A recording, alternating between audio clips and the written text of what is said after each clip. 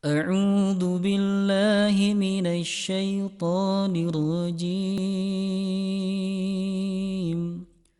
بسم الله الرحمن الرحيم. ألف لام ميم.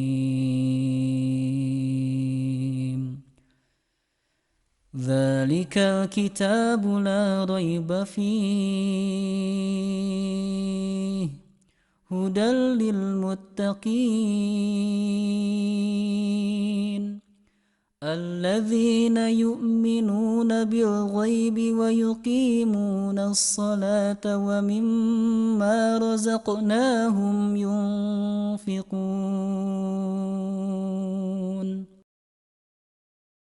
والذين يؤمنون بما أنزل إليك وما أنزل من قبلك وبالآخرة هم يوقنون أولئك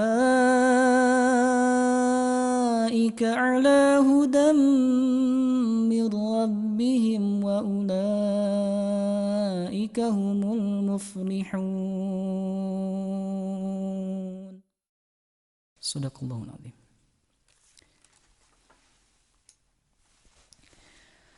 بسم الله الرحمن الرحيم.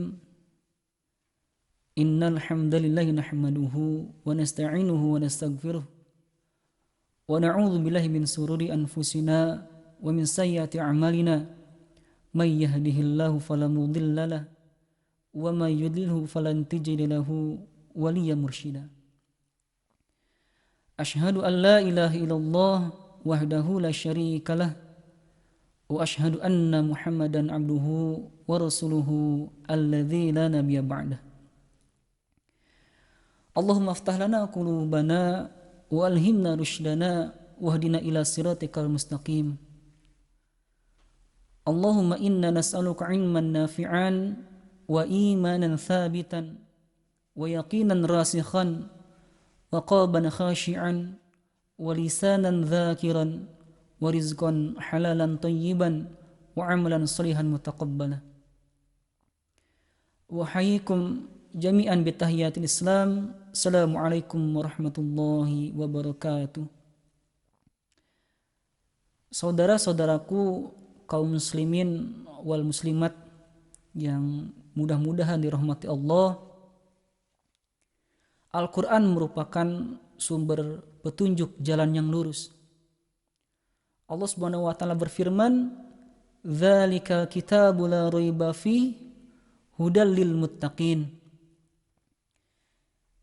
Inilah kitab suci Al-Quran yang di dalamnya tidak ada keraguan sedikit pun. Hudan sebagai hidayah, lil muttaqin bagi orang-orang yang bertakwa. Dalam ayat lain Allah Subhanahu wa taala berfirman, "Faman tabi'a hudaya fala khaufun 'alaihim wa lahum yahzanun." Barang siapa yang mengikuti hidayahku, kata Allah, maka kelak ia akan terhindar dari rasa takut dan rasa sedih. Faman tabi'a hudaya fala yadhillu wa la yashqa. Dan barang siapa yang mengikuti hidayahku, kata Allah, maka kelak ia akan terhindar dari kehidupan yang sesat dan kehidupan yang sengsara. Kaum muslimin wal muslimat yang mudah-mudahan Allah Subhanahu wa taala rahmati,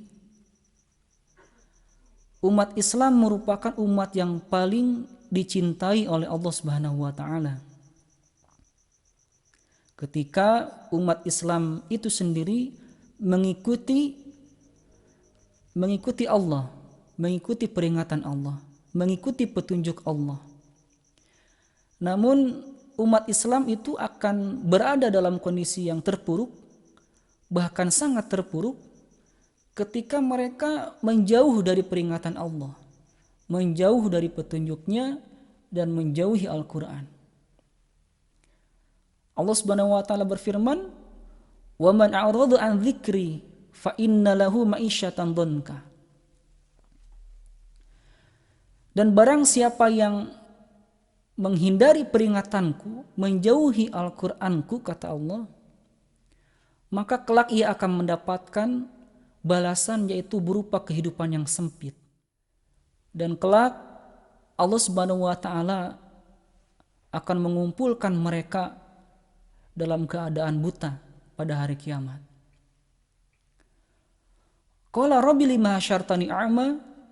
Mereka berkata, ya Rabbku, mengapa engkau kumpulkan kami pada hari ini dalam keadaan buta? Wa qad kuntu basira. Padahal dulu kami ketika di dunia kami bisa melihat. Qala kadzalika atatka ayatuna. Demikianlah itu karena ketika datang ayat-ayat kami kepadamu, namun kamu melupakannya. Fanasitaha, kamu malah melupakannya. Wa kadzalikal yauma tunsa. Demikian pula pada hari ini engkau dilupakan. Lupa akan ayat-ayat Allah, maka sama dengan buta akan ayat-ayat Allah. Buta hati di dunia, maka Allah Subhanahu wa taala akan membalasnya dengan matanya yang buta ketika pada hari akhirat. Saudara-saudaraku kaum muslimin wal muslimat yang dirahmati Allah Subhanahu wa taala, Al-Qur'an merupakan pedoman hidup manusia. Sehingga sangatlah tidak mungkin kalau Allah Subhanahu wa taala mempersulit hambanya untuk bisa mempelajari Al-Qur'an. Allah Subhanahu wa taala berfirman, "Walaqad yassarnal Qur'ana lidzikri fahal mim muddakir." Dan sungguh Al-Qur'an itu merupakan sebuah kitab yang paling mudah untuk dipelajari. Namun Allah pun bertanya, adakah di antara kalian yang mau mempelajari? Saudara-saudaraku kaum muslimin wal muslimat yang dirahmati Allah, ayat ini sampai diulang 4 kali. Ini merupakan janji Allah. Kalau Allah sudah berjanji, itu tidak akan pernah ingkar. Ayat ini merupakan sebuah fasilitas dari Allah, yaitu fasilitas yang berupa kemudahan untuk mempelajari Al-Quran. Kalau kita perhatikan bagaimana cara membuktikan janji Allah, kita saksikan pada hari ini begitu banyak kaum muslimin dan muslimat, mereka hafal Al-Quran 30 juz. Itu dari usia anak-anak, remaja, dewasa, dan juga usia lanjut. Berapa banyak? Sangat banyak. Ratusan, ribuan, bahkan jutaan orang yang hafidh Quran. Apalagi hanya sekedar membaca Al-Quran. Pastinya akan sangat mudah sekali. Nah, namun ada pertanyaan lagi, mengapa masih banyak yang tidak bisa membaca Al-Quran? Masih banyak kaum muslimin yang sampai saat ini tidak bisa membaca Al-Quran. Bahkan buta huruf Al-Quran. Paling tidak ada beberapa alasan yang menjadikan mereka tidak bisa membaca Al-Quran. Yang pertama, mereka merasa kalau belajar Al-Quran itu sulit. Alasan ini sering disampaikan oleh anak-anak, oleh remaja, bahkan oleh orang yang lanjut. Kemudian yang kedua, karena alasan kesibukan dan alasan karena malu sudah tua, bahkan mungkin tidak ada kesempatan untuk belajar Al-Quran. Dan terakhir alasan yang ketiga adalah,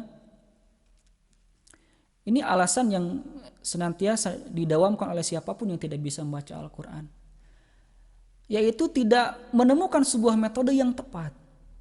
Bahkan tidak ada guru yang mau mengajarkan. Saudara-saudaraku kaum muslimin wal muslimat yang dirahmati Allah, insya Allah pada saat ini hadir sebuah metode yang dirasa metode ini sangat tepat untuk menjawab pertanyaan-pertanyaan tadi. Sebuah metode yang disusun secara apik, rapi, sistematis, bahkan juga menyenangkan. Nama metode tersebut adalah metode marhalah. Memiliki makna tahap atau tahapan, di mana di dalamnya ada 3 tahap. Mulai dari tahap melafalkan huruf hijaiyah dengan segala perubahannya. Kemudian tahap yang kedua, membaca huruf hijaiyah yang sudah memiliki vokal, a, i, u, an, in, un. Kemudian vokal huruf yang dimatikan dan digandakan. Dan terakhir, tahap ketiga adalah membaca Al-Quran. Sangat mudah. Metode ini bukanlah sebuah metode yang hanya sekedar hisapan jempol belaka. Saya secara pribadi sudah banyak meluluskan secara private. Begitupun melalui pelatihan-pelatihan cuma 1 hari. Mereka ketika datang tidak bisa mengaji, dan ketika sudah pulang, selesai acara mereka bisa mengaji walaupun mungkin belum lancar. Masih sangat pelan yang membacanya. Karena syarat untuk bisa membaca Al-Quran lancar adalah dengan memperbanyak tilawah Al-Quran, memperbanyak latihan. Insya Allah pada metode marhalah ini kita akan diajak untuk belajar Al-Quran dengan mudah, cepat, dan insya Allah menyenangkan. Karena ada beberapa nasyid yang mengiringi metode marhalah ini. Salah satu contoh pada tahap pertama saja. Di tahap pertama di metode marhalah ini diajarkan bagaimana cara mudah untuk menghafal huruf. Karena ada beberapa kata kunci yang ternyata kata kunci inilah yang sangat memudahkan kaum muslimin dan muslimat yang belajar Al-Quran. Kemudian pada tahap kedua kita akan membaca kata, dan terakhir kita akan membaca Al-Quran. Insya Allah buku dan juga DVD sudah tersedia. Dan insya Allah ini akan sangat memudahkan saudara-saudaraku untuk belajar Al-Quran.